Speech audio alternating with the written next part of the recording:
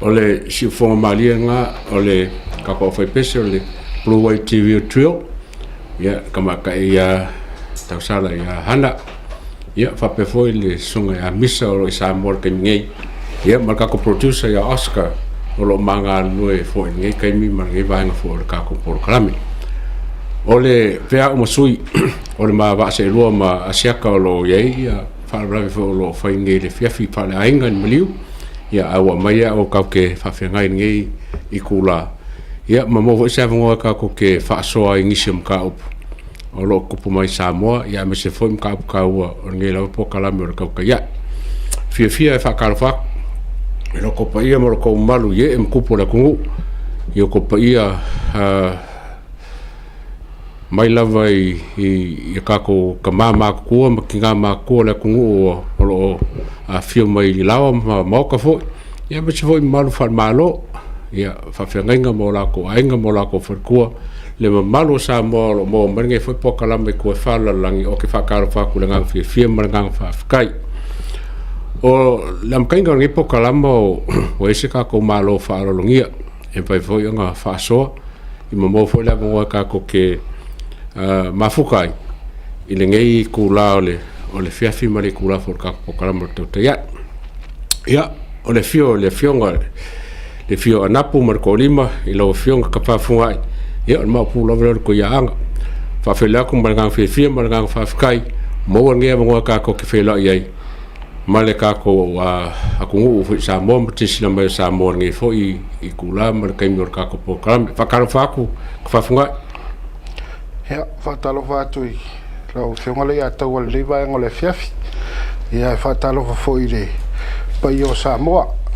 ya wale so o na to file tu fa le tu lo fa le malu so fa fa taulang ya e fa pe foi pa yo sa mo ya el tal tonu o pa ia lava le ave o Samoa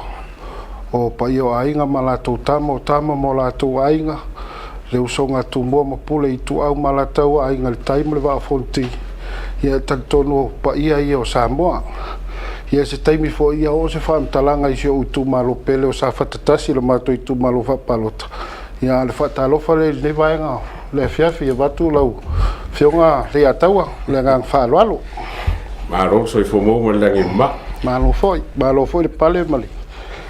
tawata i leva en oleaso i te faiba o les ko ngai sa fai fa mo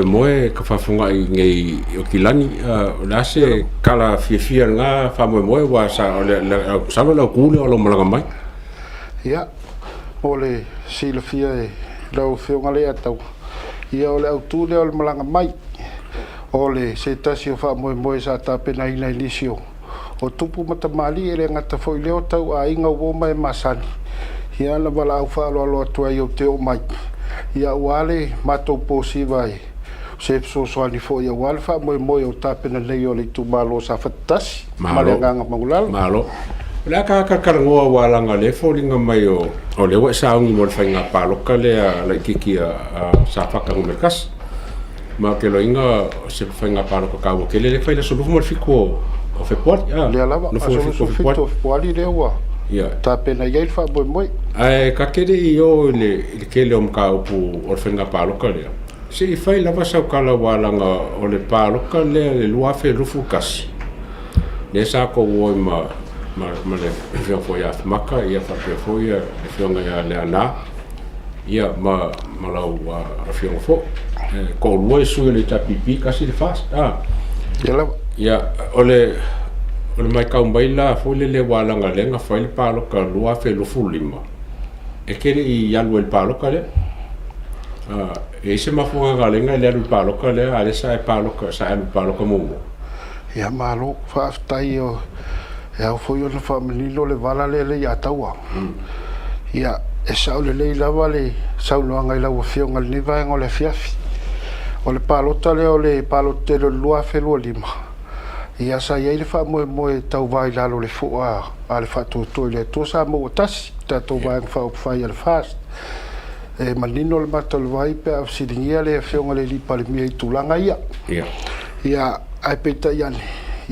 e le po malai o le fionga ia se vete ia e tausonga le matou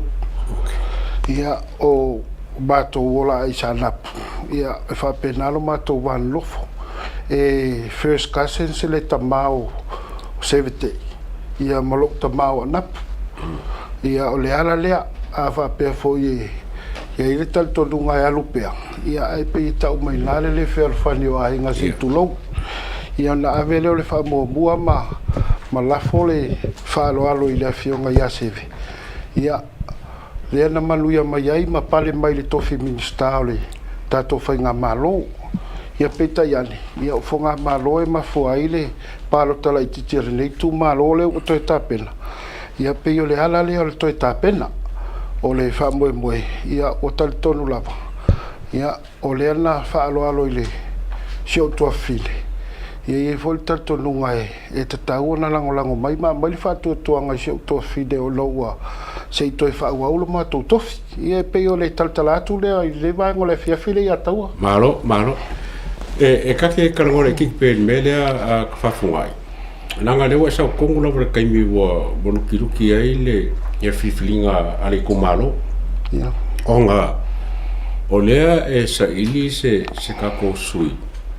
ai sau kongu awa wha ia sui sa whaka wha sui sa whaka ai kasi sui le tapipi o mga ko ngisi le pelo sa ngo e e fa ai long fesili ma pe fere foringa mai e kaule kat kongunga ia lo sa kongo kaimi lea onga e ma ko ngisi wa sa ki fa la vele i palo kale fast onga inga ia maua le ngofua le tapipi onga le sa e tapipi mo o fenga wa mkwai e lo nga kongo le fast ma wo mokingoa wa fast wa kiai lo e tapipi ma winga fa le tapipi le sa a makamai ia ma le sa unanga le vai go le file atau ia ele aise si e tamo e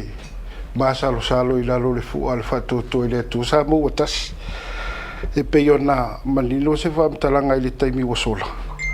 sa ia ile fu ngai tamo i lalo le fu al fatu to ile tu sa mo tas il palo tele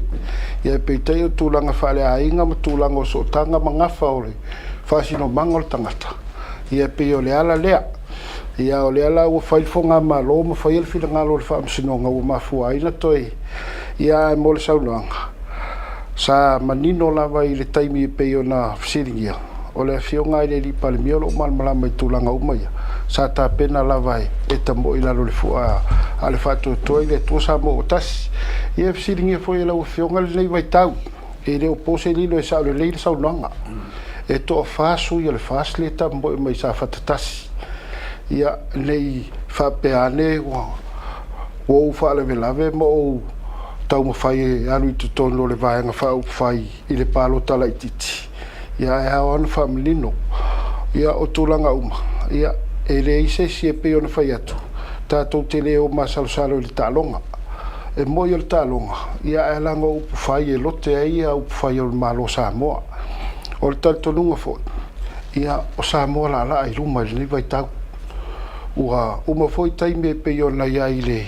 tali tonunga ile luafe lua tasi pe ona ia ina tamo i lalo le fo ale ita pipi ia pe wa va ia i swinga le lei male anga i luma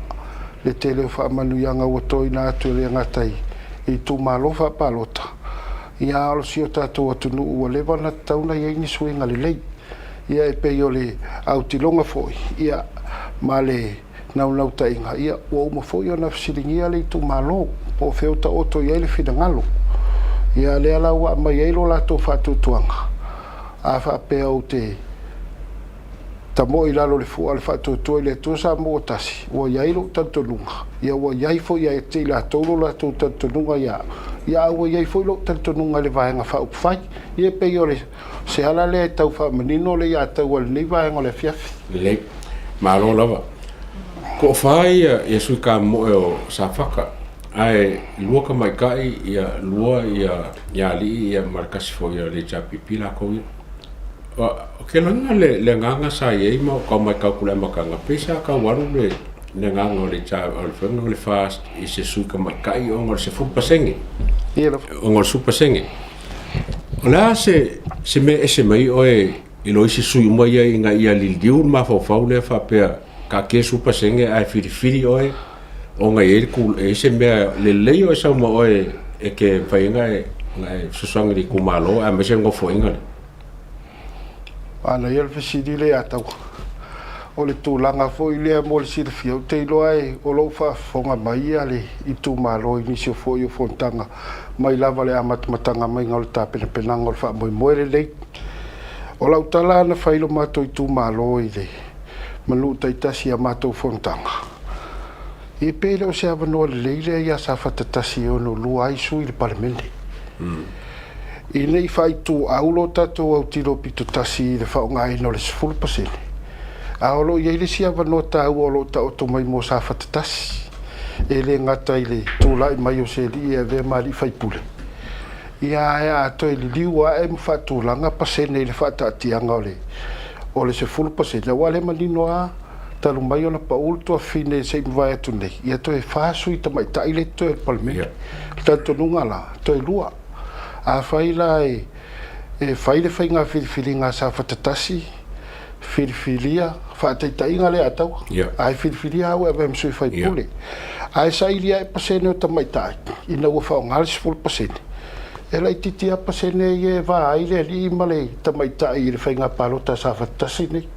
e mautinoa lava la o le tamaitaʻi le sisui e o sa fatatasi e lua ia matou sui ia mafesoasoani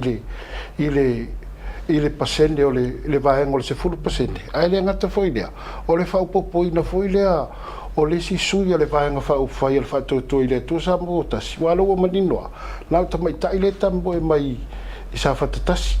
I lalo o le fo al whatoto I le tu sa mo tasi. I o longa winga. Ia o tūlai mai le tane. Se tamali. Ia whatasi e ma se toa fine. E lua aisu I o le fast.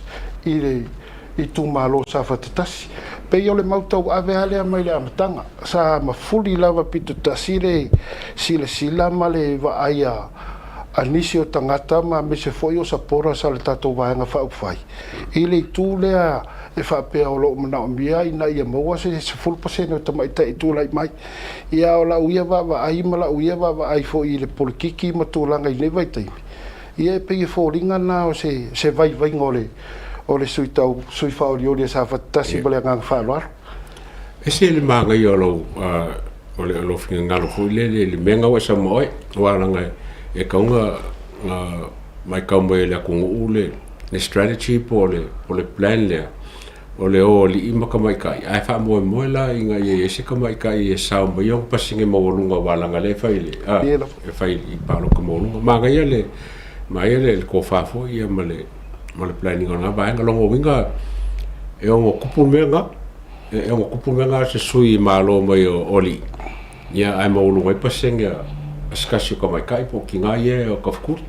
ia ole vaenga fa por kikinga lo tau mafai lo vai le ya tau I nei vai pito tasile ole wingol fam talanga amu ia foi tamaita I o lo ia ile si vaenga o fainga filifilinga e sa mai ai ton ia e pe o le au kilongo foi ngai le si tu foi lea ina ia manino ia mawai mamao ia ele ngata I lo tatou atunu ia o tatou tangata foi ia wawa ele tau mate ai le vai tau ia o lo lulu perto au o lo telefoi fai tionga I tūlanga mai e pe e whaapea mai ia o le suita mai tai o lo mana o mi sa fatasi ia e tasi le tūlanga ia ona sila manino ia ina ia pa vai foi ile foi ele ngata o le fa molunga ina atili o le numero le vai nga fa upfai ia o se aile le foi le molo mato I tu malo o se taimi mo ia so ia sa lua so ia sa fata I tolo le palmin ia o taimi na le sa fata tasi sa fata lua sa tasi lava sa fata ai na lua so I palmin ia taimi foi le o lua e kisi sa fata ia mo le taimi nei na ua mai ma vai lua ina sa fata ia sa fata tasi sa fata lua ia le o mafuai o se vaenga mua lea e au foi ona fio ia le famtala ia o le pale mai o se tamaita I whaonga I se 10% ia ma se tamali I po wai lava ia po le whatau waa fo I le tūlanga I pe ona fisiringia mle ngang whaaloalo malo e kulanga le fōko e a kakamadisi vainga laukele ka fefea ke iwa wa ya ka ke ia lo ka ka ngola vai ka ngai malo mai ka ngai malo a le si lai ku foi pa ke u fa le kong se me ke u malo mer ka mai ka ai ko mo lungo ko ver pasenga ris ka mai ka soli o mo la I pasenga pa kupu pa fai ai kupu wa le ya ta langa a tala no ile I tu langa I le fauinga ina wa pe o le mena na ia le tonu o tangata fa peo o le suita mai tai o suita mai tai ina ia pale mai le tofi ma maua le vai ngole 10% ai le fauinga ina le tula fono ila uia mata mala wa vai ele ma fai ona fa tu sa le ia pasene ma nga va ase tamai tai sa o mai le 10% pe fa pe le se li e tawa ia pe yo le winga le ai le va ai fa ale tu la fono ma le va ai tu sai ma le fa winga ino tu la fono 10% ia o le va ai na foi le e ka kaunga ia se li ia o ia kampea nga ia ma fa tu sa na ia le palo tal tamai tai ia mo se ava no e ono ave ai fa nga ina ile 10% ma le ngang fa lo fa funga yo ngeisa sa ngei ia poro ke ko malo faso mo valo ko malo yelo le sa ngila ko ka milionga Barcelona wafi mo la ko fa mo o le sa vai pro ke ki ma sa fa mo ma se miki nga ya o il pro ke ki wa ese ke le ma ka ngale o yu lai ka mo ko mo fa ngale a fe le milionga ma Barcelona no ngo winga mo kwa pisi lavo oi e mara ko miki Wa isa fufanga mo ia me sau sila pro ke kire kumar. Malo fa tai. Kasi ninguém pro ke kilo fa imbo mi kingao. O yo lo ka vai la lole. Fu al ka ko vai nga fa fai. Ai le nga ka foi lea. O le fa nga ngo ka inga foi lea o si ma ko kumalo. O sa fa kakas. Ia ole me mangingo le nga male la inga le akawa. O lea e loma le wha moe o se mako I kumalo. Ua mai a ka penga le ia ngisio I kumalo e kusai ma le filifilinga o kai fongo. E li kau whai lo inga foi. O lea ua ia ilo mako kai fongo lingi vai kau lo pale mai ere kua finge. E pe yo nga whale au ngā inga le kofi mingi skase I kulau. A le nganga mōrunga. Ia ua mangingo foi le saunga le fionga le li pale mia. E kusai me vai nga uma ia e ile kal kongo ngole palo kale asio mako I kumalo sa fakakasi ia o se ole akula I mai ave masui fai pule ia ai kula I mai lalo ka ko vai nga fa ole vai fa fai fa ko koile ko sa mo kasi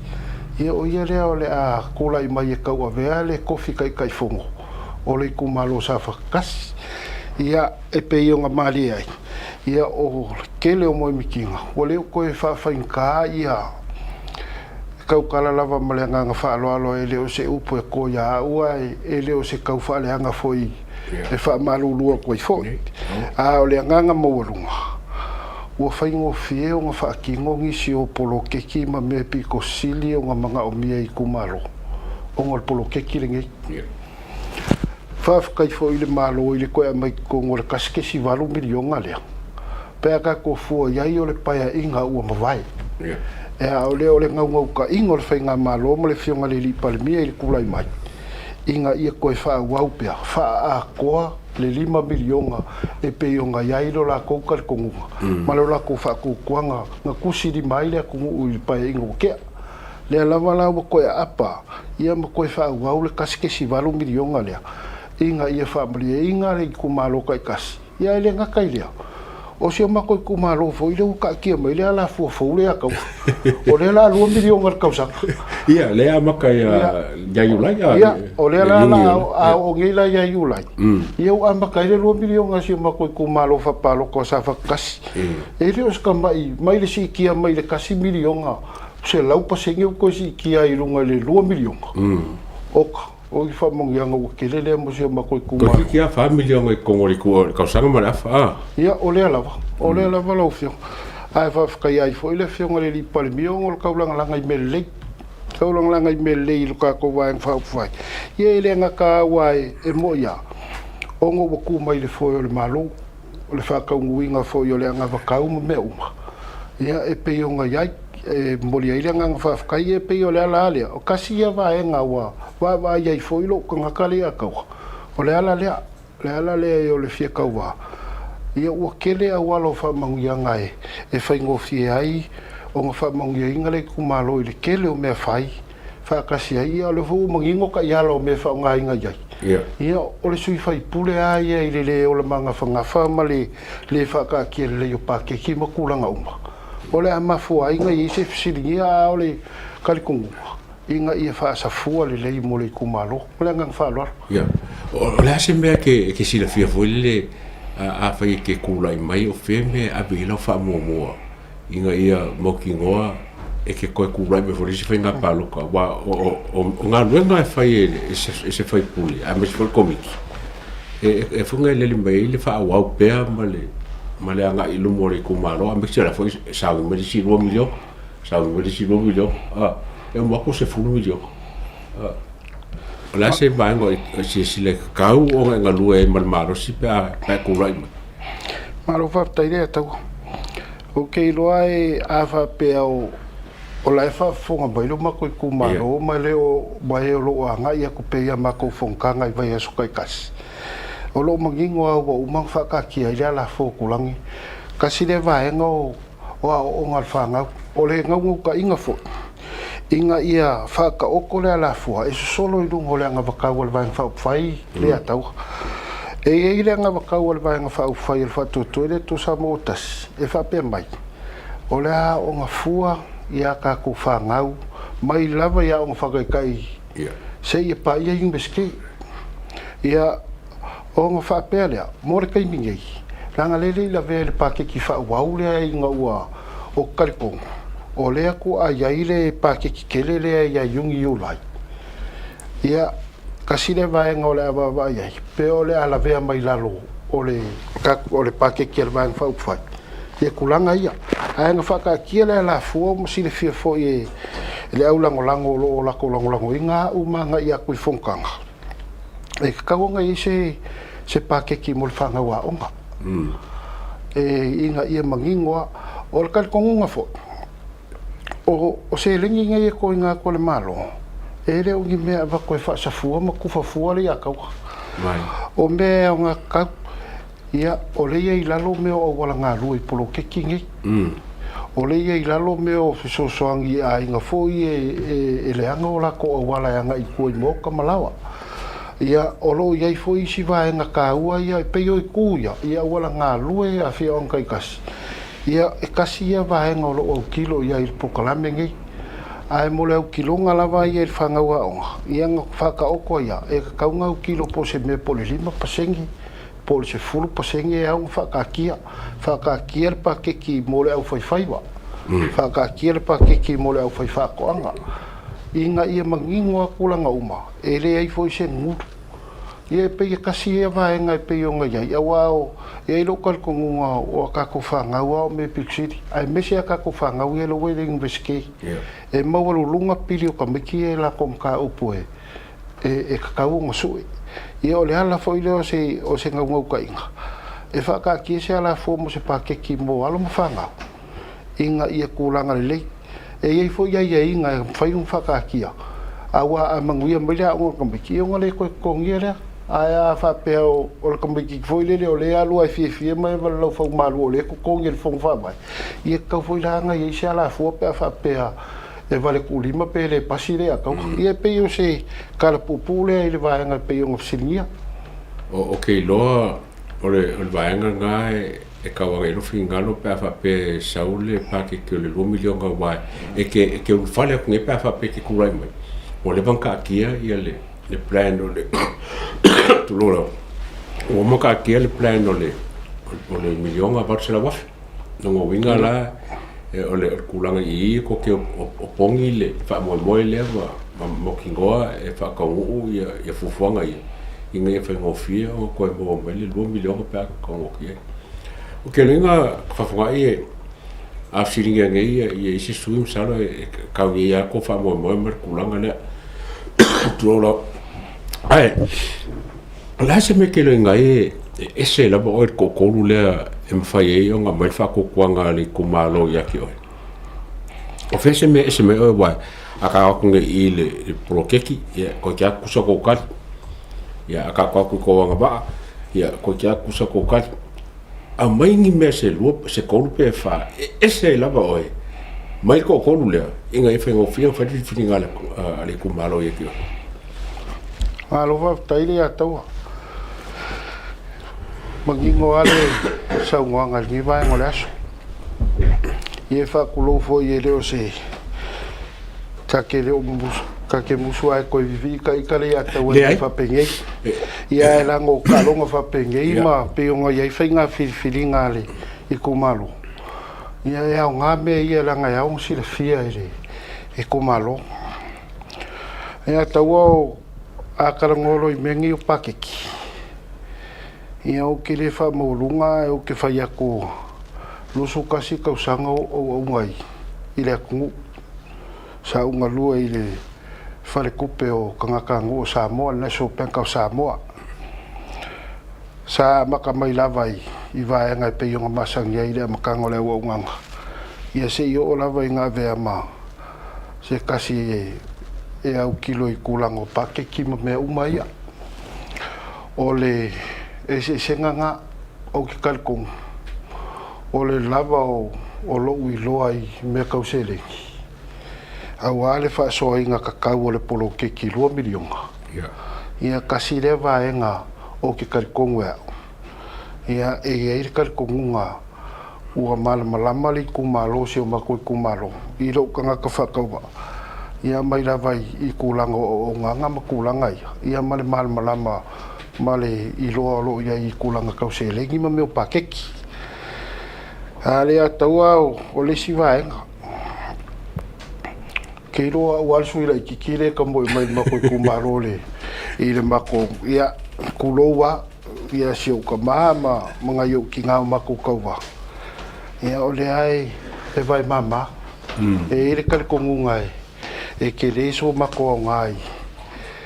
o me foi ia ka ke alo fa foi I le au mako le fisisi ai nga ka o le vai ke mingi o so I fuanga ia o kalkong ia vai mama ka fa funga ia pe ka mo ia fai fe au ma me finga ngalo ile kumalo ia vai malima se fa ka wa ele nga ke vo le ako o le si vai nga ka wa au mo fa mungi ia wa le so ila ngo fo maule ngu ma ka ko le kumalo o lo mawa o fe ai nga I mka lo lo yel ko kumalo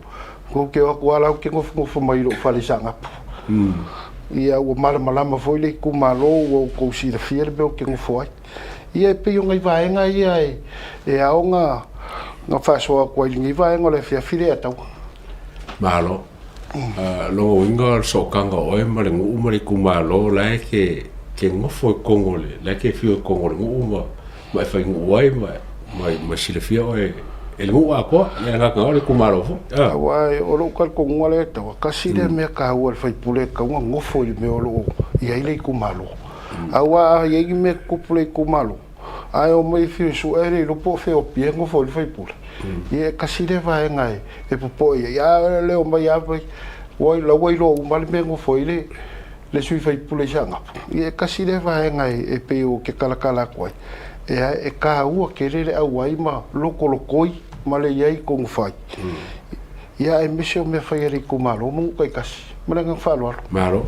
o le kula ga se foi o e ma ka karwa o nga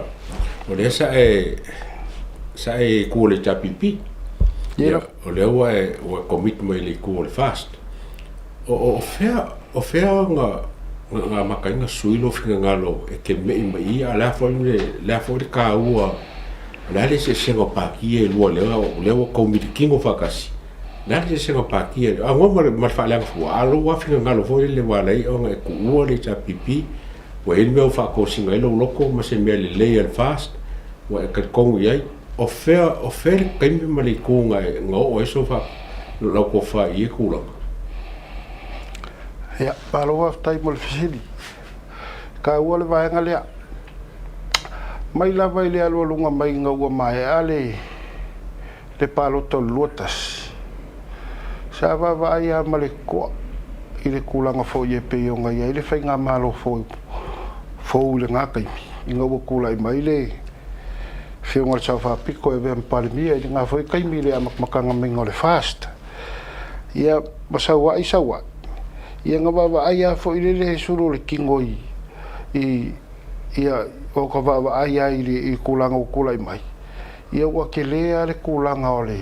suingo sa moe le ngā kaileo whamanguyanga ia e moi lava la inga e le mai al pai inga ua ia i le mea ngā kupu le vaenga whaupwhai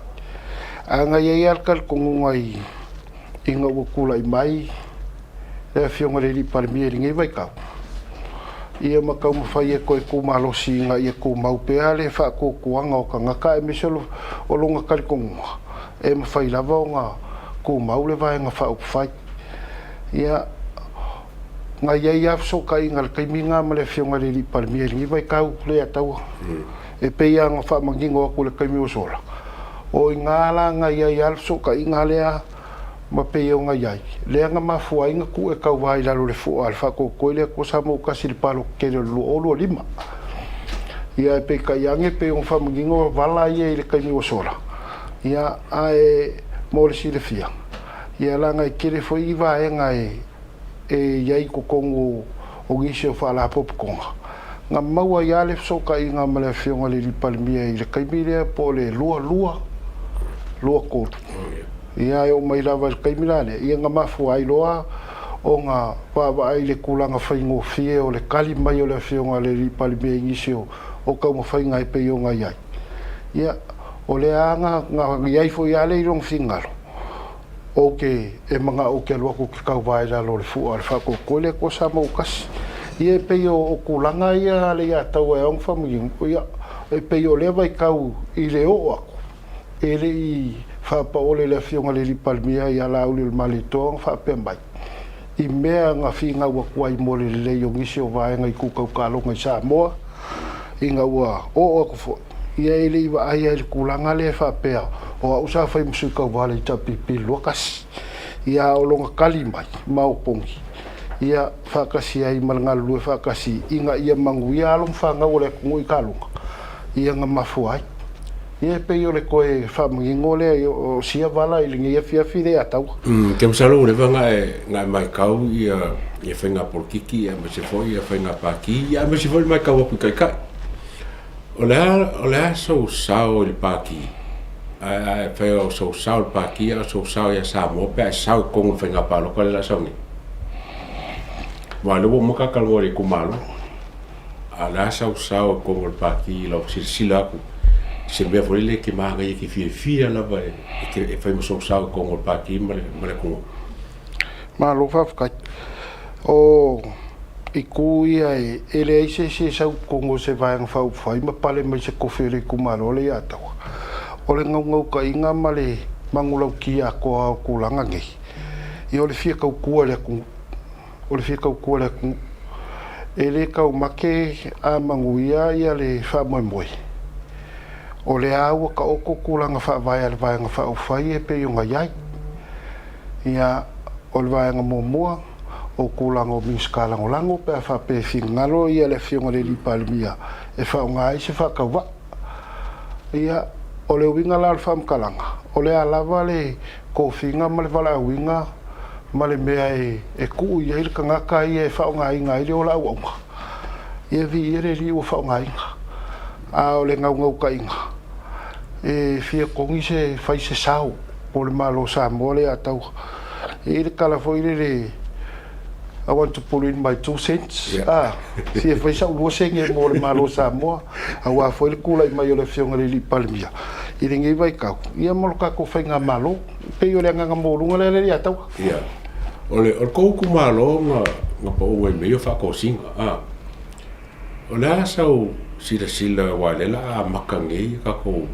mei la fai o le ase kulanga o e sila ia ka fia ia mo ki ngoa o ngi umaku nge whenga pano ka e koe ali ia e se me Mangai al kulanga lea. Ole ngau ka inga foi ngai le kulanga e peionga ia ile paloka lingi vai kaule atau. Ia mangko fo. Ia ole paloka, ole pailek. Ole paloka ua koe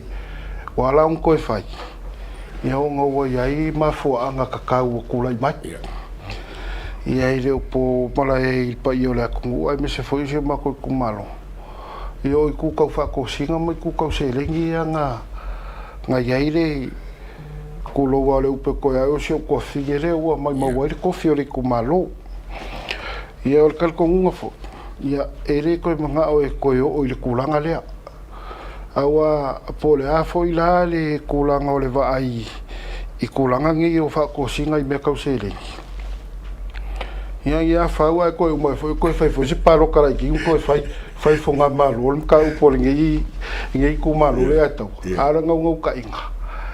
Se ua umala aso e pe o mea o ngau kilo iai. Ara ngau ka inga. O lau kalale whai se o le mako e kumalo. O le kaimingei. Ua uma fo il kaimile o lo kua o kilo e whape palo ka iai o ngore ngu. Palo ka iai o ngore ainga. Al kaimingei yo ko va ai fa ngaula lo lo kupua. Yo ko sila mamau e kala foi le vai fa perfecta. Yo ko va ai mamau. Po fea se kofi e au ngā makingo mai ai se moi mikingo le kumalo. E o fa kasi ma se vai o se o le akula i mai. Inga ia o la manguia le kumalo. Ia ma whakausia i ma kulanga manguia si kiel ka mau inga po alawa ki mangulau ki le lei o lo au kilo iai. Ala e maua le kangaka e kula i mai. E kaua veinga i e kulanga uma ma le lei le kumalo. Malengang whalua. Malo.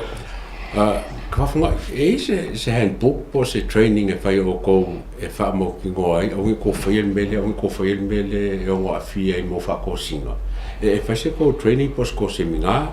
Pe se kusi kau lima foi le wha makala mai e mea auangi i whaia. Inga ia auangi ia fia. Por mela kou e kuwa kangaka whai karianga ia. Nga ki roa e mea kau whako singa ma le whako singa. Vale. Ia o kulakai. Waku foia. Ia kai loa iai. I nisi tangata o lo ka penga le wha moe moe.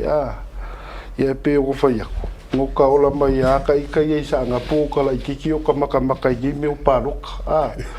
O ka koe fo i le ngu o uma o onga ma kulanga uma. Ia o kulanga ia ngai ai. A ole au ki rongo fo i. Ua mangingo ale kula fongo i kulanga o me whako singa. Ua mangingo fo i kula fongo i me o le whilo inga ma fio anga ma nguka i kasiwa mea uma whapenga. A ole kariko ngunga moulunga. Ongo ka kuka ngaka fo i. E se le whainga kao whinga luka kuka ngaka. Au hai pei o le kaimirea e waku foia. E makua mangua i alsui ka wai i ka ngaka pāroka. A reo winga laro kala.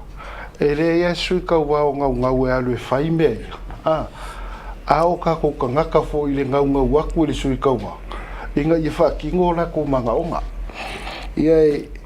ole kalikongu. Ia e re kakau o ngaka koko e o i sa moku wai ia. E pei o mwhai aku se ka au koe.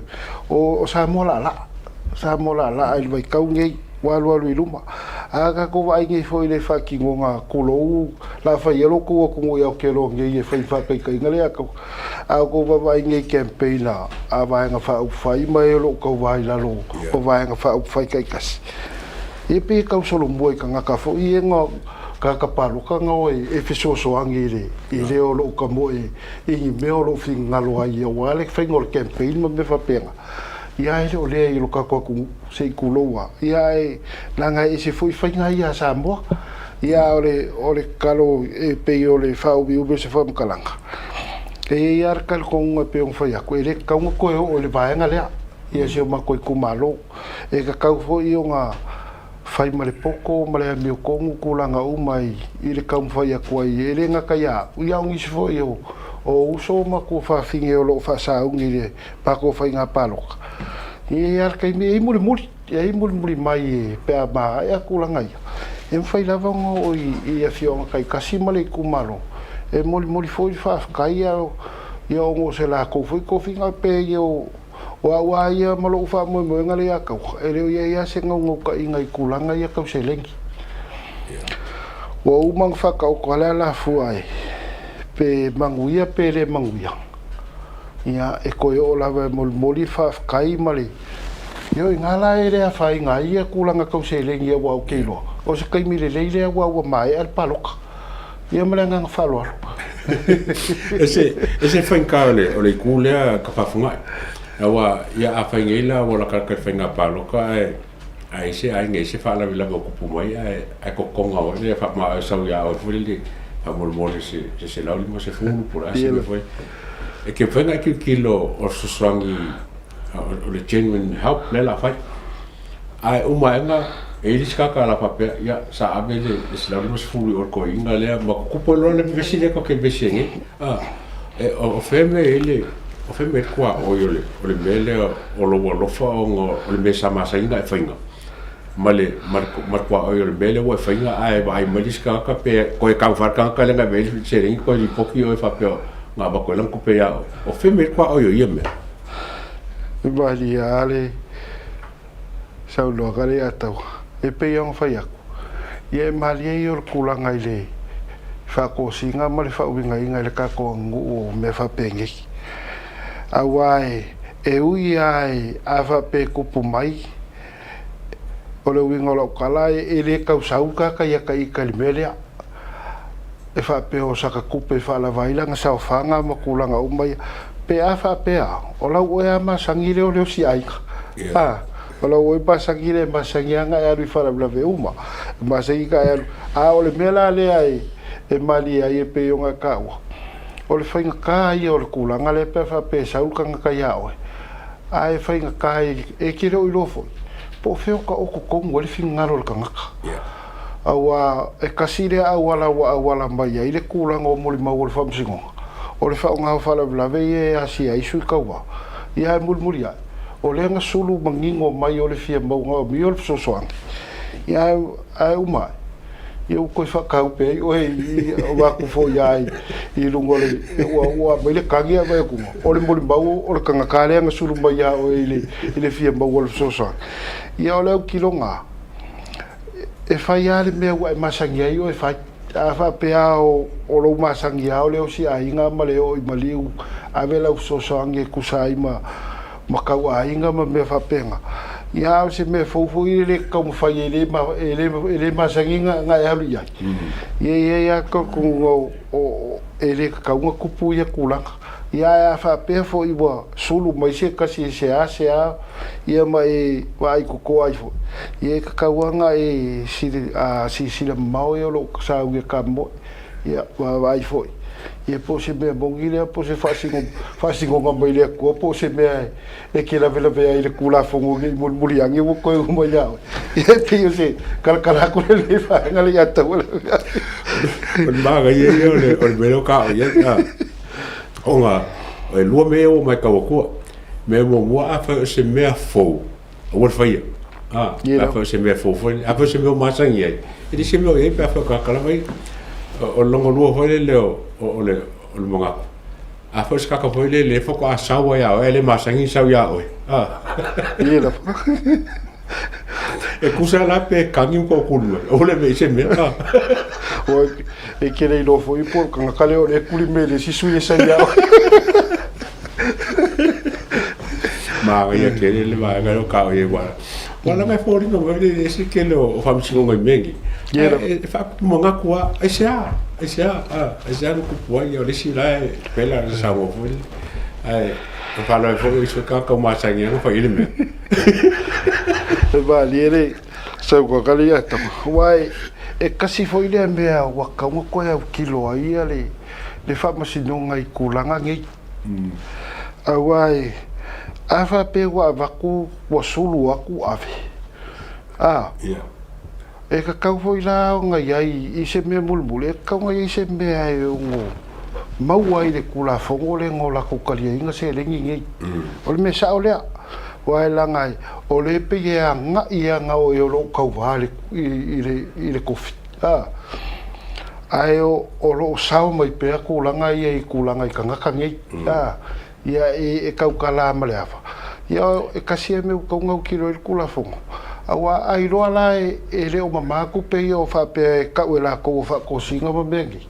e kaulanga la ko le kaliinga e kau foi nga wale sulu mai e fa pe o nga mi ya pe mulmulia ya e sa ko boli ba ule nga mai la ofia ile sui o ke le fa ya me se kupe an kangwa mai fe me ko ngar palo ole ma ko fa ko mo nga ko wa ka fa fu o so se ko fa ka kom ke fo la e fa e fa ko nga fo e sui ya sa ka lo mo ko sa bi le ya le pu nga le video e la ka fa ko e senga mara ko kuli mara sa ngo ya mara nga o me inga e fai mo mau kai mun la ya man ko foi la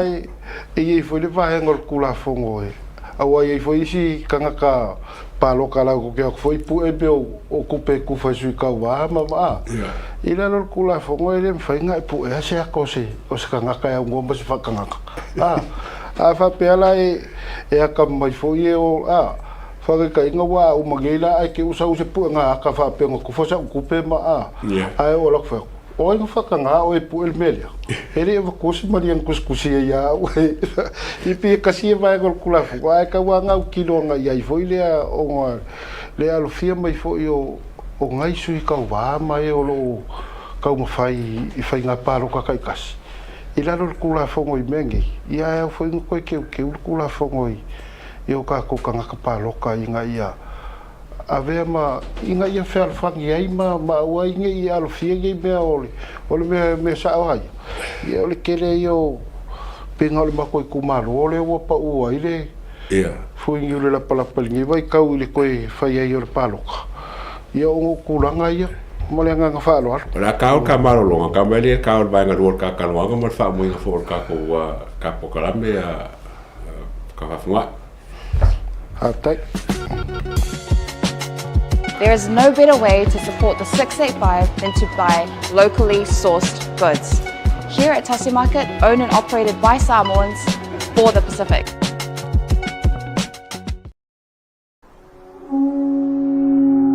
SMI Hardware is proud to be Samoa's leading provider of high-quality steel, metal and roofing solutions.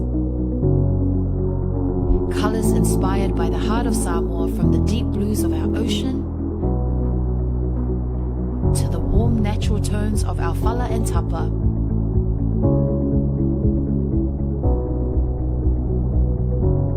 To the vibrant greens of our island plants. With over 12 colours to choose from, you can find the perfect look to complement your home, business or community project. Built to handle the sun, salt and storms with strength you can rely on for years. For durability and for style, SMI Hardware is your number one choice.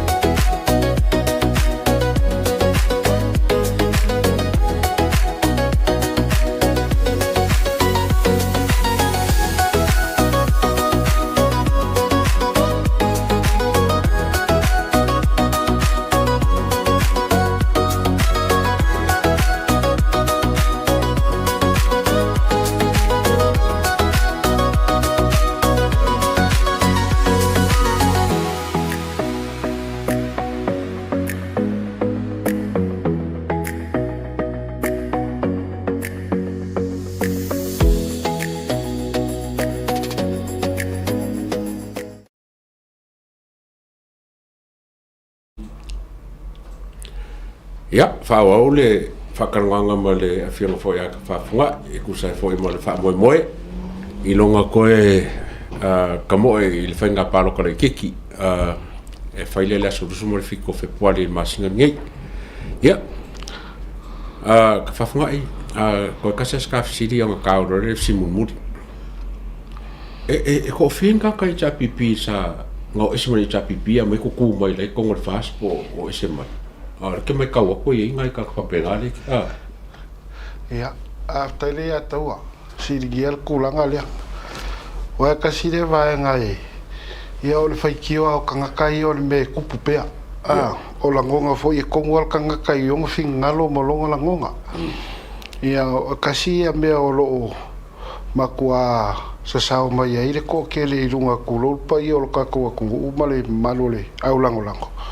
ia o le fa pe mai o ngole sa u ka wa mo mo i la lo le tapipi ia o ke le mangu i ka fai ngal lukas ia pe yung kau fa magingo mako le vai ia o ke le ka mo el palo ke le lo lima ia o kongo kau sanga ia ngai ai le swing or ka kai kongo nga ma fu ai ia le pe yung ngai ngai le fa sa un ia mole fa nga paloka ele nga fu mari lai ele nga wa u se ka ka wa ku po ile me re ai ia lo ku lo fo ia ia ke musu fo ia ka wongi swafa ai a fa pe a e o a kalo po kala mere ia ka e ka wanga o swam kala e ka mo ia e yengi si o so sa ma ko ka wa fa kasi la role fu ale ta pipi lo kasi ia ile fa nga palo ke le ku ia o leanga o mai palo ke le nge yo le lo lima le o vai ako sa ka mo ila lo fu al fast ia ia le ala wa pe wa ke mai le ulunga ma ngai mai i lo kanga ia e pe yo ka ele nga kia sa ka wale kulo wa se ka se uso kulo foile se o ma kofio anga jak pai ke a ia le tawa e le uso ya se ka sa ma ka mo fa ka singo ka mo mai sa fa ka kasi i lo wingoa ka fa funga i le makai le o ke alwa ngai sa fa kasi ia sa ka wa mai la lole fo le ta pipi se o ma ko ngusak pai ke ai le so fa siaka i la lo fo le ta pipi ye le mangui fo le uso e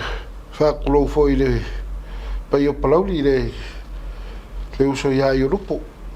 sa ka wa fo ila lo fo le ta pipi e lo kas e le mangui le fo in ko ka wa el palo ke le loli ma lo pa le mai le o mi skala ngolango ngeyo fa ko ngam fa nga fa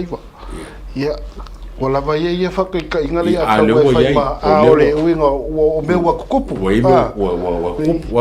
ele ala i o le anga mai fo i so fingalo ma siringier kulanga le ai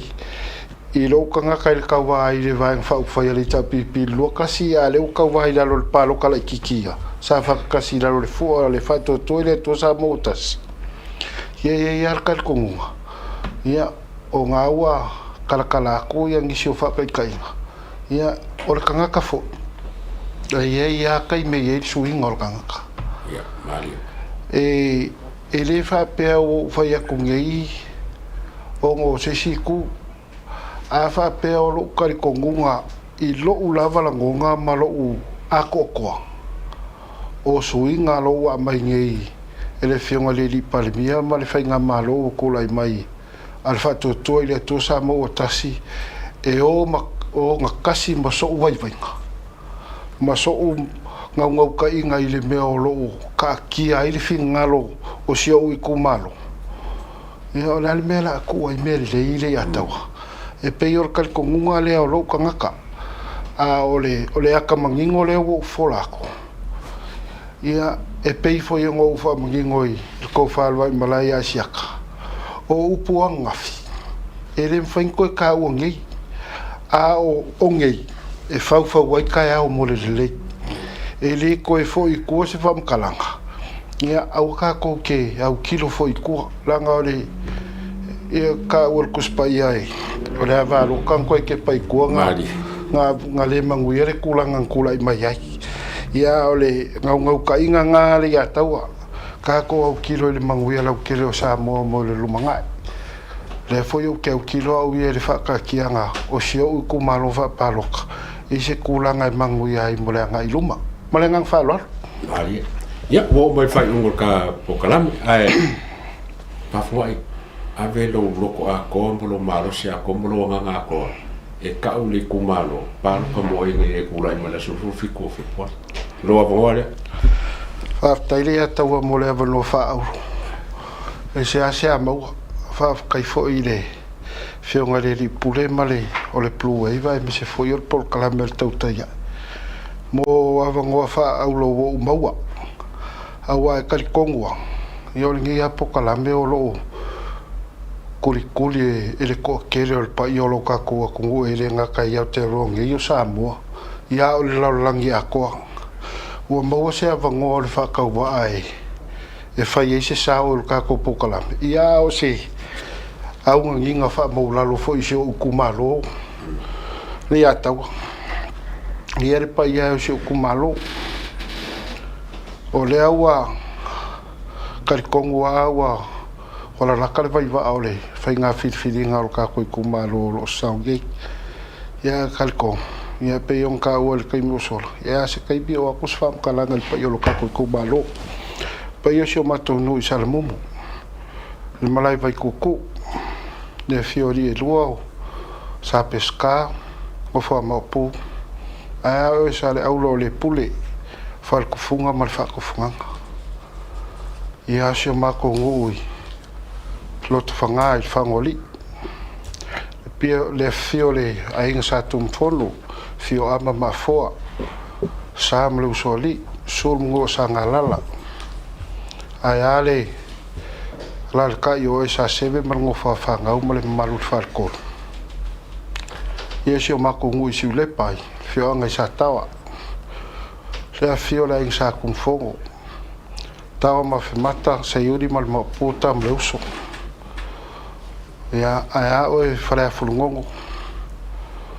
mal malu fal ko pa yo se mato lu sa na pa yo la tuli to si lepa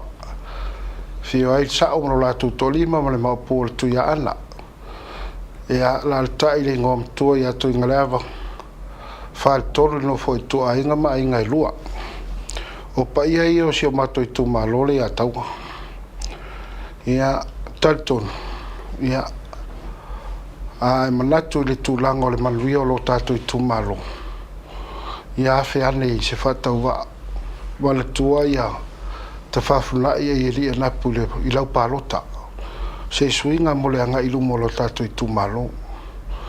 ya ya le taltonunga e pe ona o le mauta wa ave ona ye ya o le te vai mai fai ngo fiona fetamo ya ia wale fina ngalo lo tato tu malo o le foi o te no tonu yo ta ele le o te no foi sa na pu lo ta inga o a me fi tau tua ma fi loa ya fai ngo fiona mawalo fatawa taria tu so to manatu e ia tatununga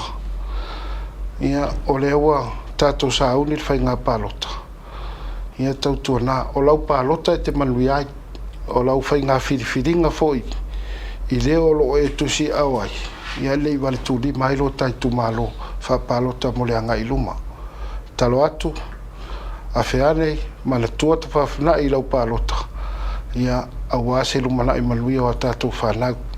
ia e pegi o le paenga taua le whawtaile ia taua whawtai foi le whionga le ripule ia whimono ia e mese malo le Blue Wave TV ia e mese foi o le tauta ia e le polkalame ia ua mauai se avanoa le whatau waa ia ua avanoa i foi ma se mauai se lau le lei ia e talatanoa i foi se vaivainga o le lei sui whaolioli ia o le mese ai ia o le sisila mai o le mato i tu malo e leo te mawhoi tato whailoa i o no tōtongi le malfia ia tae hao ina ia toi foi ia o lo mato pau sisi sa na pori le ia tau ia e manu i tere whaiva matiu te o whenga iai ia logo foi le uso ia siata pe atali umai ia wha ma whanai na foi le uso no le wala upa ia le atua e tu sai mal to e se ole to fine ia o lo tato iunga lava lea e wha pena foi lo tato wolanga o le taimi wa timo o le taimi wa lao fie malangi le lei ia tu maulo tato wha tu e le tua ia e manu ia i mea uma tato te whaio ma le anga whaaloalo le atau alo fongia le kua no fa moe fa funga ia mo ia lo fenga paloka ia mai ko lai mai le ina solusu mai fiku ia ko mo fuji ya mo ka ko ko e kalango ma fa wa ka ko mafukanga ai mo ke mingi ia mo ia lo fenga paloka pas ka ko marolonga ka ko felo idisi ka ko sui mai Samoa. Talofa lava and welcome to Anava Moana Hotel. Located in the heart of the Vaitele industrial area in Nabia, Anava Moana Hotel is a place where comfort, connection, and genuine Samoan hospitality come together.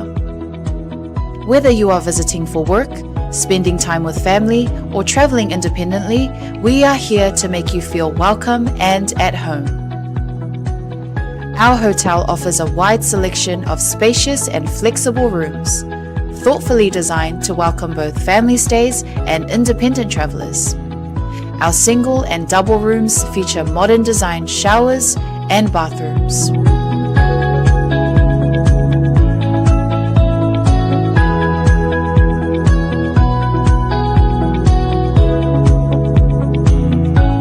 Our family rooms are generously sized and thoughtfully set up to accommodate families of all needs, offering a relaxed and welcoming space where parents and children can rest, connect, and enjoy quality time together after a full day. Designed with both comfort and practicality in mind, these rooms are ideal for longer stays and family visits. Anava Moana Hotel also offers well-appointed conference and function rooms that are ideal for meetings, workshops, family gatherings, and special events such as birthdays or weddings. Whatever the occasion, our spaces are prepared with care to support connection, productivity, and celebration. With restaurants and food spots conveniently located nearby, you'll be surrounded by great dining options and warm hospitality throughout your entire stay. Book your stay with us today and receive a special discount when you mention Hana, Asiata, or Martin upon check-in. Visit our website www.anavamoana.com.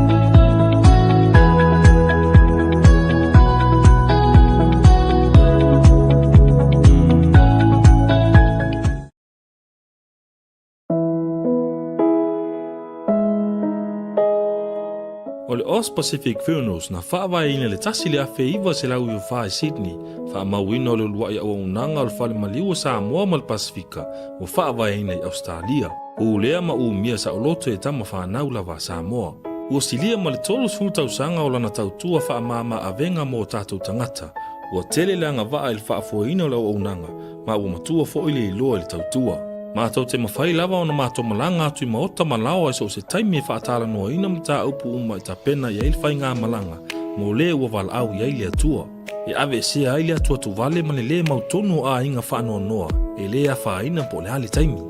E tā ua I mātou o tātou tūmanga no ua malu ma o lana anawa tau ave lava lea. Dignity of traditions is our service. E tau tua le luas fulfai tu la I le fitu aso le vaiaso, mātou te ngālu lua e tusam fina ngalo mana onga o ainga, ai leo so mātou manao.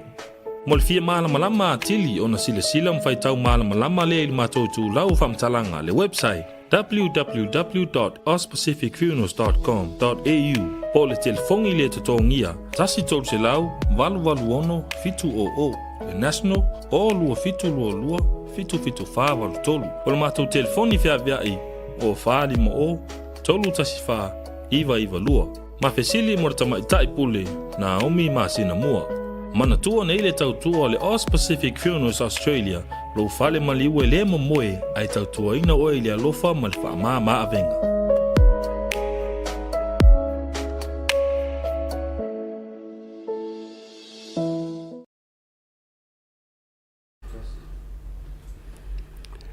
O leo ua mai aku le whakaronganga ma le whiunga fwoi aka whafungai e kusai ma le whainga pāloka. Ia, pat wha moe walanga ala sorufu fiku le whai ele ia pāloka by elections po whainga pāloka laiki. Ia a fia fwoi ma le kūlea I whainga ngi whasa le anga o wha ele kūlea e lua iei ka ko whainga pāloka ia. Ia la whai uma le aso lusu ma fiku. Ai or kako malo leu koe me ia kur kako malo sa saunga koe Msalo ko a fe mo mai lo fionga fiola ia ko so ka mai ka ko sung inga ia mo le avango fo ku sa male ka fa mo male ka ko kala mo ngi fo ia fiaf o lo fia fa ka ngo inga ia ongei mai ka ao sa fa ise inga lima o fa mo ku ko le o kupe fo le al polo keki milionga mal barsela wafi i kumalo faso malvado sa au fia mamla pe maka ke ngi spo mo ngi sio kopo po i kumalo kolu ia e mo le vango fa inga sangi le proke kila ai kusa molo ulo o kumalo nge faso malvado ua onga nga avela ko plan ia le plan o fa nga ingole o milionga varsela kongo le pilioka lea Msalo le fa umba ya yulai kausangi ai le ya ko saule le pa ke ki fole le ka vai ia mai ya yungi o kausanga nge kau ya yulai kausanga fo ia le 2 milionga o ngeila le sa PCA le ke sira foi ko ya ka nga mai Samoa o lo ye ile sengi nga lima le msalo o lo fa maku ako sa molo loa male kalanga mai o lo fa maku a ko lava le milionga varsela kala i fongo fa vai ma komiki o mon kofie e vai er kupelea e ye ni ku unga mangi fenga fa vai fo le sa ngo ele lo ye sili mai o fa mar mangole o ba ngore kupelea inga ye mo kingo e ye le kaimie e fonga nge su ai o ki kaingo kusi e ka me mo ki ngoi ia ke fa leli siki mal fa nga kupe ma me fa penga a fa pe o kule le ka mi le po le ko ki po you like le ko va yele ko review ai le fa nga kupe le la fa ma kungi a fa pe o kule ka mi nga le ma fa nga ka kau ma fa nga le wala nga ba kule e fonga nge fa fa bai al malo e va felan ko mo ko 2 milion a faila e fa le kon yo nga foi la ka ko vai inisio o kumalo ko nga mo la ko 2 milion onga o le nga ba ai el fon fa vai e kupele o fa ma ku wa kula so nei o manga ye ke au o le wa ave a ko la ver kupele kumalo ali fa pela nga ma ku wa ave onga o pasia la ko plan le fa nga inga o le milion a varsela kala o umanga pasia le la ko fofuanga ile fa nga inga o le milionga baru se la kala o ma fu le fa maku sa va yo foi ma fa longa ko nge ka ao inisio o kumalo le chapipi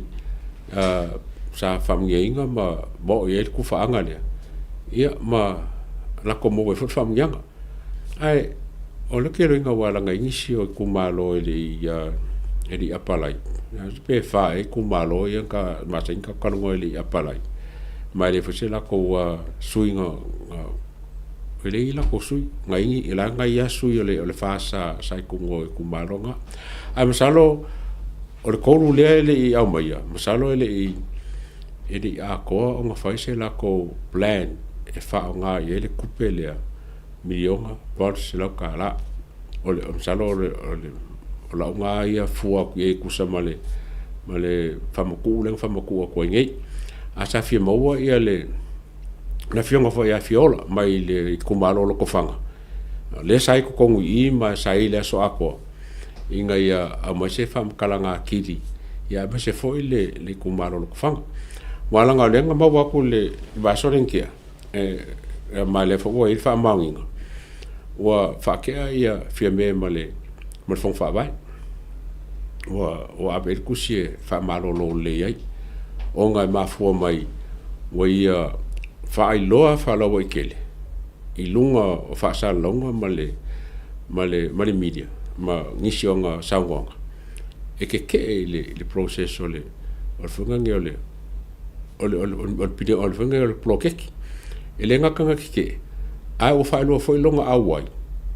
il fa mo le chapipi e avel mka pule le fa msikonga o ngala le pe ma fo mai ele le fa ke ai ngai e fie me longo winga o menga sa fie ma wa e fiola si faisanga kala walanga mo ko ngi o ia le wo ye le prokekia alo ko fanga ia ma ka ye foi o le ka mo wa ko lai o lo ko fanga le officer foi o le o prokeki e ke le alanga i me o le fia kala ngoa ia il fanga le kumalo le a me se la ko sui inga ia mo se fa ma manga kiri ia ma foi o se fa se ka iala en fa inga ko ma ma isi kumalo ia o lo ngai fa mo ngir kaya mo le so ia a fa pe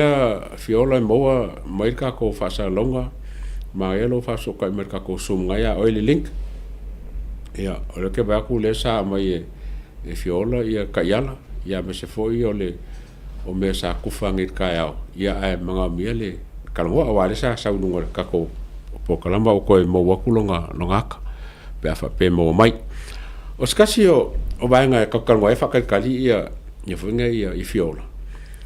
ole on ka upule alu filofi va so ren ke ngele sa yele le fa sa ba ku ka po kalamba le ba ia ngi so makai foi de sa illa ko fa mo foi le wa ole il sa ngal miska ya ma fa mo foi la fa pe alu se la ko fa ko esenga o ile pa ma la ko ba ka ko ngo mo ngofo le fil ngofo va fa lo ile o pa ma il fluf ai o ngeila wala usau ai mo le kara mai o le ngu skasio o skasi sa o le ngu lufi o fa ke le ngu ia makai ia male mal fa punga foi e alus fa ko esenga foi o i o ka ko palmi ku sai masa wanga wa umanga fai o mele kikiroki ola be besima sol ma so po e solo ia kulanga o le fainga malo malako fa bai o faingo o meu kupel malo la ko sia kupel malo ma ka le foi ele ia se pule kupel malo o le fainga malo pule kupel malo ola ko e fa soinga ola ko e pau ye le anga pe ale leng fa nga ola ko fo ye ave ye le fa malo mal fa kai pe a fa ye fa nga ka ka ai o kere sa nga fa mai le se fe awal palmia ele pure palmia kupe o kupe nge o kupe ale ko ngu ya mo o kupe la ko ngu ala se finga ngalo ko nge sa ngo fa penge o ye vai ale vai ala palmia mar ka penge ka mar fa nga malo o ye vai o fisi ke reanga oi vai o kari o fenga maro la yenge ele venka ko kari fa pe e vai ele cha pipi pe vai ele sap pe vai ku le pa pe vai e fiame le ai e vai ele fenga malo e ela le mele kupunge o fengu mi e solo le ya o ku malo mo i kupel malo e pule le malo mo fa por ki foi va ya ai mese la ia makainge ia kulo la pa ia swa fa mala la fanga alanga esele o va ku le fongo le sa fa ia lufi ngalo lo ape folinga mai e le se fongo o le lei o nga kaupuli e le makari fo el par o le miska li kumalo le se miska nga lufi asa ngo la miska ola sa ngo fa ku malo ole la mo merkalangi e ko lu makai nga mai ngo o kere ko ngo ale ko lu makai nga mai ngo fa ke mo lufi mai e le se fa ko senga o le pale o fa ko senga le sa ngir fa ko senga o palmi ole la afia le la lu ngai ku malo ku poi mei o ku malo le fa sa le anglo mare kumalo le ngule lo flufi mare ngule i va mai me fo sa ngoi ko filau le lingo le foi ku point me fa pe ko ja ku se me ye lu ia ai fa mo lo ye ko fa mal fa ko kanga foi e fa ko afile muai ma esen mele o le fai kengi o le fai kengi wa ele ke kai ma fai se va ngala kiki onga pulea se me aquele le sa fa ngi fo le fen ku pulmele ko fenga malo le o mai o le o le minority government le vaenga lai kilenga o mai fia me ma le lako ko iwa marko ongo run le malo o fa ka inga lenga fai le folinga mai o le aka foi ngu unge ye cha pipi ko ikiki e mai ka run le ku malo ongo le wo yel melo ku pumomo a maka mai a fia me malanga vaenga sulima lenga saolo lako o mai nenga kanga sao mai o mai kai fai a ese ya le fai nga malo le fast mo ku la mai o la ko le malo la ikiki fai nga malo la ikiki ai ngai wa nga suila ko ngo la ko le fai nga malo ana ko va kul ka opunga o le falling mai mo ka fa kai ya ngu mai ku malo kasi le ngu ai ma kai le ku malo ako ya le la o vai ako leo fa ke ai ele ka o penga in sala penga fa sala pe penga fa ke a polar kula ngoi ai mo ki ngo lo fa ke am kai ko ya o vai nga o skasio o vai nga fa ka ko ka pe ia le o mai o fiola o ngo fa mo ma fa mo mai kaule ia sa gwa nga kula epa ngi vai so ako I fa penga fo ngi kai au sa fa fo langa press conference ngi kai au o lo ma lo si pe ku le per mele le ka fa le anga ai mo se ale ku ia o sui fai pule I ku inga le al pepelo ma le sa o ko nga ku inga fa defamation e ongo a fia ku la fongo ngala lango ki kilo I sanganga ia ku lepa o ko o lo ma fau I le harmony agreement mai masalo o se banga nga le la kam fa ka ko po kala me I ngi ba yaso po la se kula ko ba so ni ka ko kam fa eli mai agreement le pe fa ka ko kilo I le agreement le nga sangi le vao o ke le lo po le ba ku le e pa fia me po le vale chapipi ma le fast a sa ka o le harmony agreement lenga sa ngo ye lenga sa ngo ai balas anga le ai le harmony agreement a pengela fa pui ya ku le pa ma fa nge mo limo o le ma losi o le harmony agreement le mo fa inga ki kinga le se fa inga mi o kong o ku la fo o le va anga la le e ka o mai I lo mga ku pe maka e mo se pano o loia se kako kilo I ko inga whenga inga ese o lo o wha o ngai ku la fongo ai maise pe ma whai kako o nga mo se kopi le agreement le se kako whai kaule le iai po le ale ko inga malosi o le whenga inga lenga whai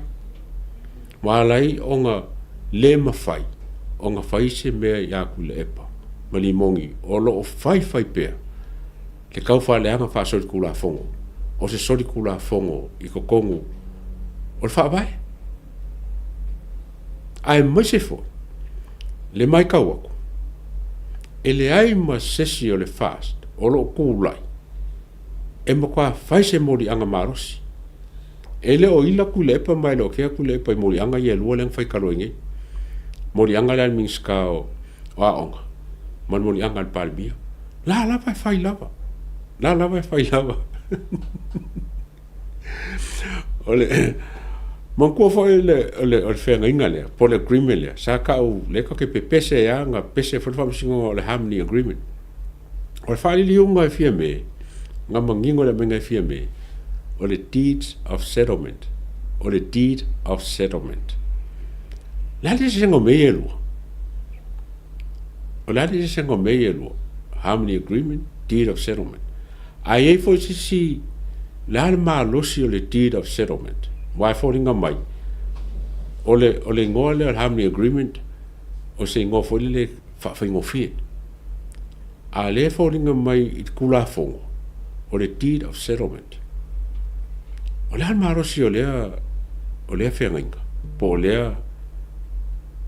mka wale ko kilo ngi le gentleman's agreement le ka pisa mai i le funga ngele sa fa nga i le fa la lili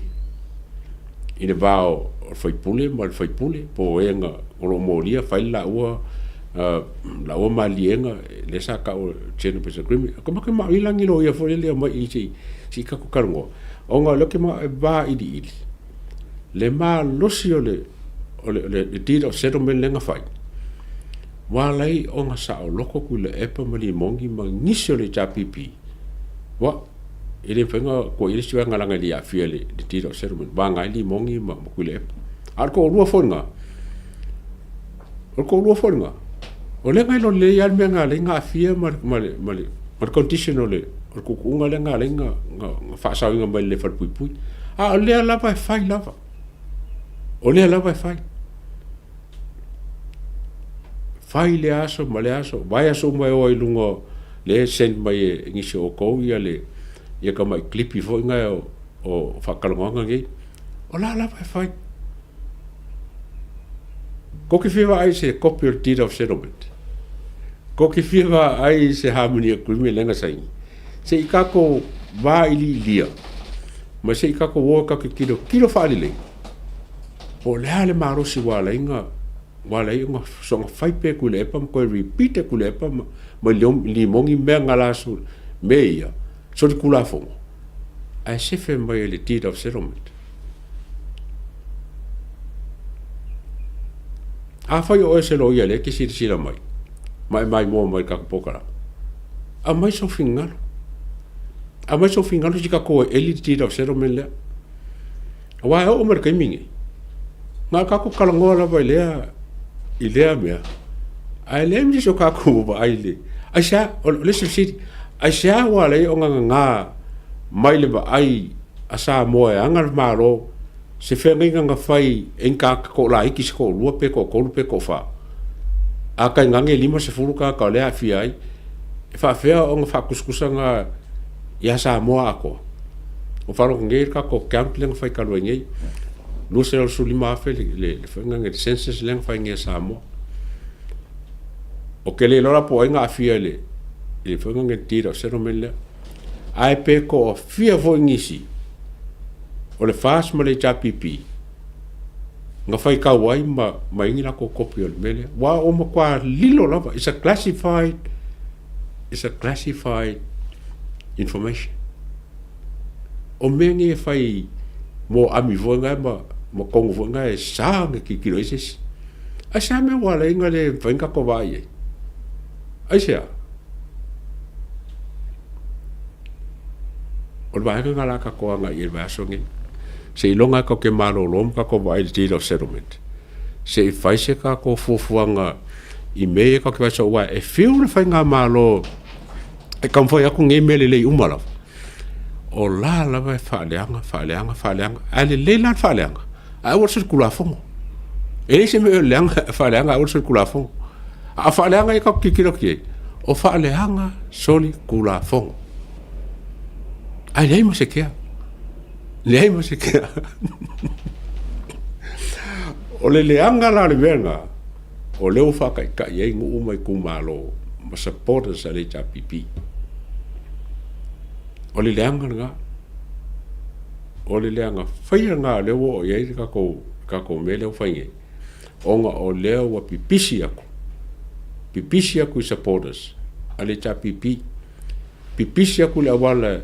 e fa le nga en palmia pipisi aku le wala e fa le nga so sesi wole ke ngila ko kala fai ma fu mai la il va nga yung la vele il hamni agreement e kaunga far pui au le far pui ma fu me la uanga le fa nga ngele ya upu ye wa makanga nga ye ya ngu mai ku malo la so manga ko amenya ko manga wa le o isi nga le ka ko nga ye sei eli pe maka o feo ka ki eli tiro sero sei eli pe sa me sa en ka ko va ye sei eli po aku kuunga e ko tiro sero o le ha se par kalafa ma se fa upunga o ye wala o le ngole mafai o nga maua e Samoa se kopi male ba aya Samoa il fenga le ia po se settlement po se deal of settlement ia le fa fenga ofia ka ka ngoi madam pia ka le hamni agreement pe se me volele le mafar ka ko bai a le wo o mangele ma mafa o harmony agreement le mal me sa fai o deed of settlement leo ka ko ba ya mio yo fo mai e fai ya si ma mafa o le mele e fai ya si mafa ma se me kaun ki kilo i Samoa e kaun ka ko ki kilo ia ka kaun ka ko iloa ka ola fai ya fa pengi ya o sa unga mangaku ai mga omia si ko fingalo fa iloa inga ia nga iei e se ma susuenga ma lo so fo ia siaka pa fa pe ko fo mai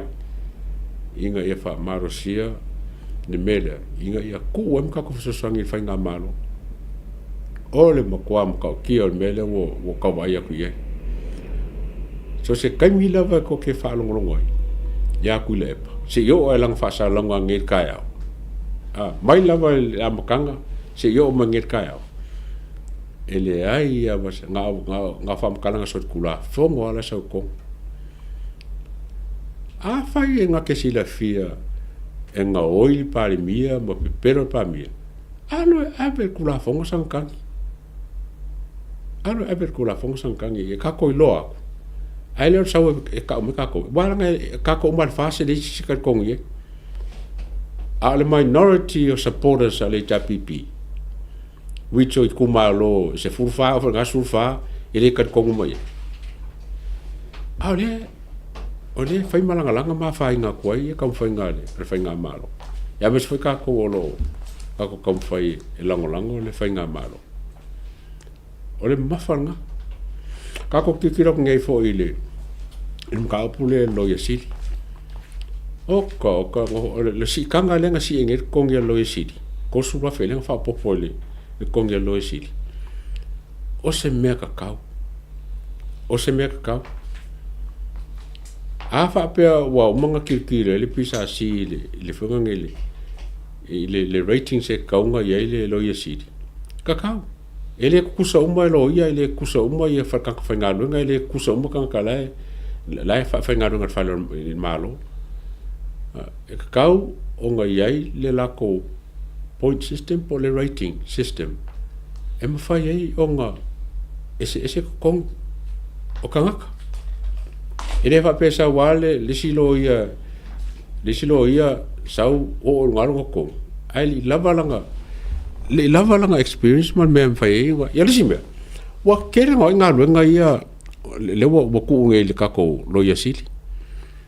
o le kere nga nga ku kako lo yasili kar wai o le kilo i le fonga nge e kako ku swinga ku la fongo o e fai lo yasili le kilo isi me ia i ku e fonga i kako makanga lo nga ye fai nge o me mo wale nga makanga ko fo le wa mai lo yasili le fonga le ko fa fo mai lo ya makanga lo nga mai la lo ba ai la lo le official lo yesil ke le ku penga se fe ngal menga e si de kur su wa fer ku pele o ku pele fa po ko su wa fer ko nge lo yesil e ke le ya kur ku penga se fe malo fengol menga luo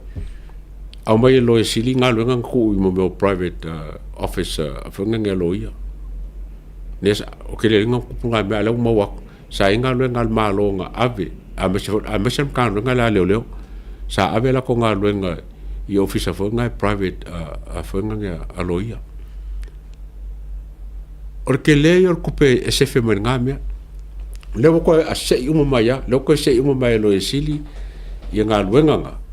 e ku la no long office la nga la kele ya lo ia la lo ba nga le alo esili orongo winga la ko su afenga ele kai sa ka si lim su afe pa o kilo le melo fa lo yesiti kasi kausanga o ke ku pe o sefe ka ko kilo e fo mai len fa ka o kongo ka kamali e fi men ka ko kongia lenga ka ko ki aka ko nga wel fikile nga ba lua se lau afe lai me fai loia sili avako e loia sili fo mai kipi whapea lenga avako e ko lima ku ngengu sila fai ka o konga kasi le aso ai lima ka o konga fai ele lava nga justify ai le si o konga le loia sili a fai ko e vaku wa falongo pe se fu balu pe fia ia ka o konga la fa kali ka o konga e kele aku le kupe alu pe nga ka ko boku ngeli fiki de angale musu ngeli fiki e wa failang konga fiki foi le e ku longo longo kongi wa nga o mea ngi foi va nga nga mai a lusela wa fe mai ya o la wile ofala wa mai disia ku e kia lo ke la ko fai o rengo mela manga e fiki ko ku lungo lusela limus ful por ko sela wa fe ya fe kawi lo ma suinga lo ya sili mon melo we fa mo fa pengela ka ke le lo pe fa pengela ka ke o ke le lusela limus ful wa fe ka sa le sa lo al fiki a o lea o le se kupe kongia i kako ka o konga lima le o mga fai ele justify ela inga le si kanga o ko kongi o le loia a fai o kongi o loia whakaika inga fa pese la lima surua fer kausanga a lae kasi kausanga anga se fea mai le oval midi o nga ka la se kupe al maro wanga se fea mai ele o se mele le ngame ako ma ia vanga ia la ko fa ngol maro a si la fia ele o kawilo kongi me penga kala ngoi lo puli ave me alenga ngasi ka pe fia se kuper malo se fia me fa penga wala nga ia kulanga fa penga ngi ka pangi ngi usila e me fa penga a foi os kan ka finga lunga ai kere se me ke finga sa o IKEA po se wala e que era como hoy ma managers o se department pues managers company a la como sao plan en fainga se fe cooper company e si loco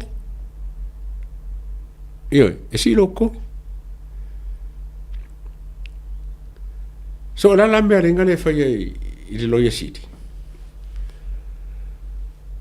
ole ka opu sim ka opu leo ke fia ba koi mo lo ka koi e lang ho lo ka ko o le sim ka pu lo ke ba koi o le mele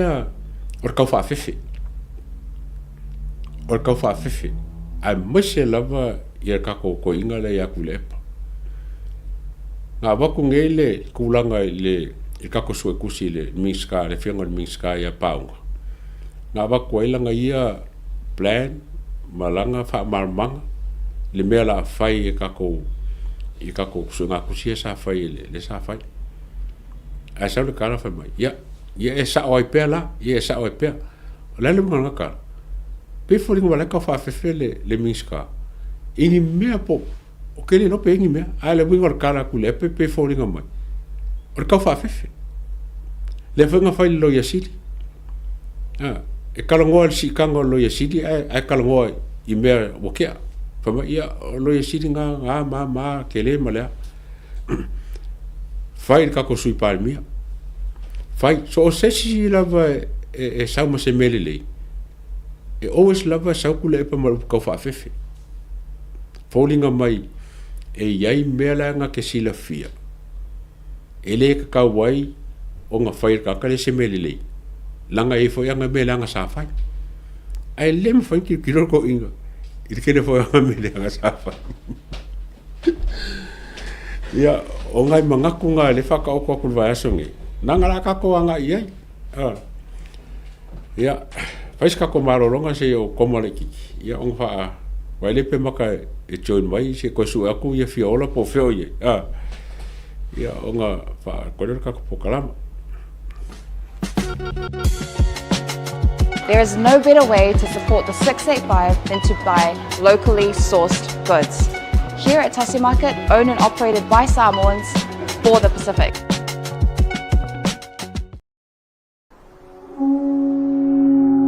SMI Hardware is proud to be Samoa's leading provider of high-quality steel, metal and roofing solutions. Colours inspired by the heart of Samoa, from the deep blues of our ocean to the warm natural tones of our fala and tapa.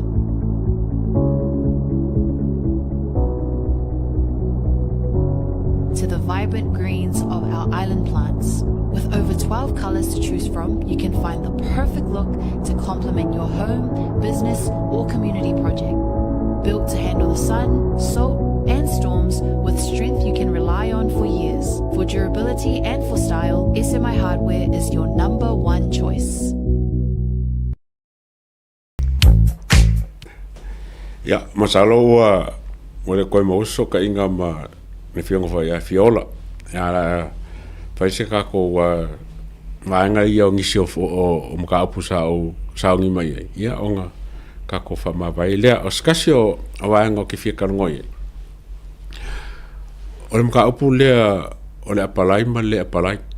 Nanga lenga o mai lava anga ngafi. O lea lava ai aku o lea lava mau lava a kimba ma limongi ma vaenga lia vaelua ma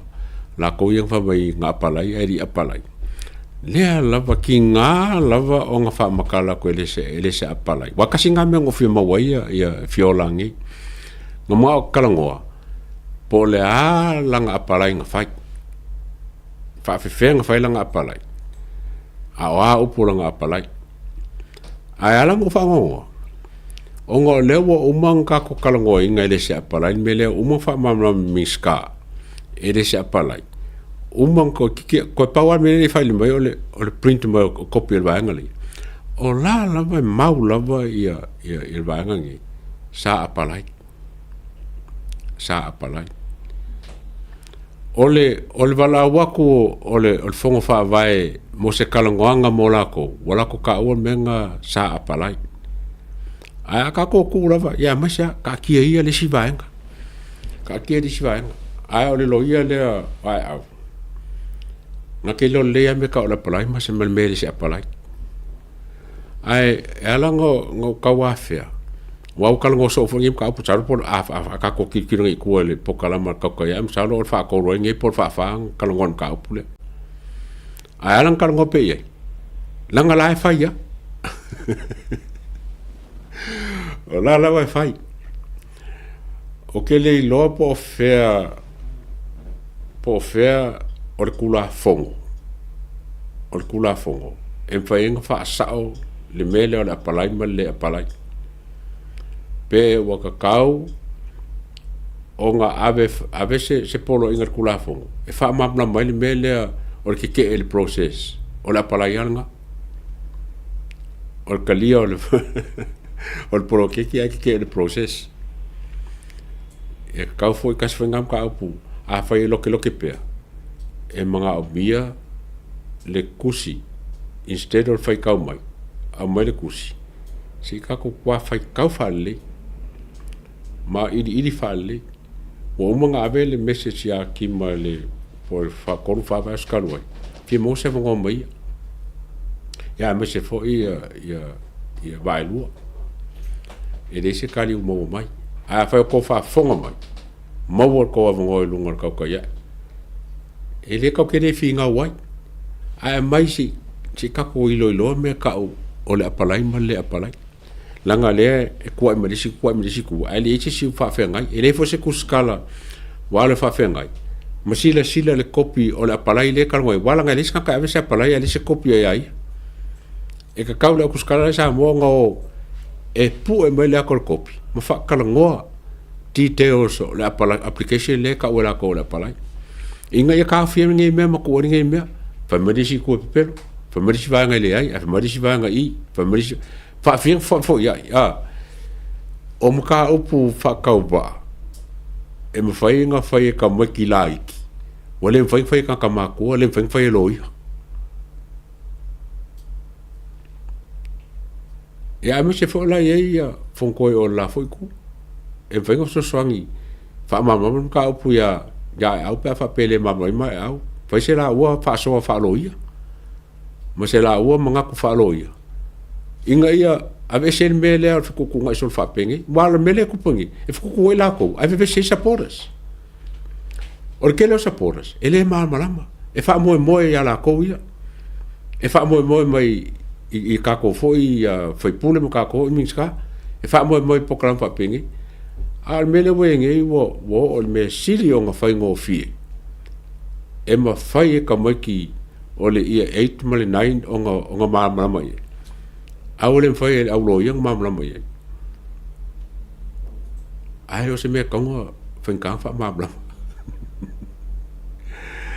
o le si mo ka upu o ke fia o le mo ka upu lo va ko ngai o sau i Australia le ngos pe pa Australia le mo ka upu le ka ko kalongo i ka po inga le fa muslimi wa ave o ke va ko ave se le mo ka upu o ke va ko le a fie le kengele o a da fruen o ia le sui o le o ngisi ku skala Australia o lo filo i kongo kusingo le kala le fa pe o mo kwa kapo ele palmia ia e kapo inga muslimi o i Samoa ya me se ka finga o le sa konga e kapo ia o la fai kau e se ai le siku o ke fia o se ko nga mela yenge wa ba ku kongo le kamiola ingo si el muslimi Australia ele ingisi o fai kio longo winga o fe kau kai mi wa ko sa ba alango ka wa se monga porque ngera ka ko ila ku skala sa mo ia o ngia afia isia ku le foi e afia la observe porque le o kala ke fai ka wai e le pure fa para nge misinterpret por fa se o se fa li winga but intention ma se a wala nga loko ia le nga saungo au senga fa li liu kuskusinga ia po le mai fo le me o misi information sawelo o fai ala ko manga ai ki e lungo o kai ka ai o ka upu le wa sau mengi o vai aku o la quote mai ia ka ia muslimi Samoa wa foi o ka po ingale e ke awa loa sui lolo ngo fai lo ngo muslimi no ngo winga wa le ko eso ngo foi le fa pe Oscar ia pori a kaua awa o sui lo ngo o fai lo ngo Mohammed something o sui a ko ngo langa el Samoa le nga e ke mi nga ku por fa lo foi le ngi ngusila ngo lo ma avel ma ko grupi i le community foi le muslimi ave ma ko foi fa ma fa fanga ma lango amo ke apula i muslimi Samoa e fonga nge fai ngala e fa muslimi borong puro fa muslimi ia o ba ko foi ka kalo fa muslimi era fa ko kalanga o ba ko ngai i Samoa nga sa lango inga masusu e la ko kala mai Samoa e fai foi la ko muslimi a Samoa o le mele o ke o foi fa mai fam kalanga la muslimi Samoa mo korsu kausanga kalu o nga yele ka po inga muslimi Samoa korsu fu kausanga nai kongor kusinga le ai kusa male lu se lau members o muslimi nai Samoa pera folinga mo le kala ngo fole le fa pe o la ko le minority po la ko e disi me fa inga fu ai mai le lu se la sulima fa ka Samoa ngai lu se la waka kala la ko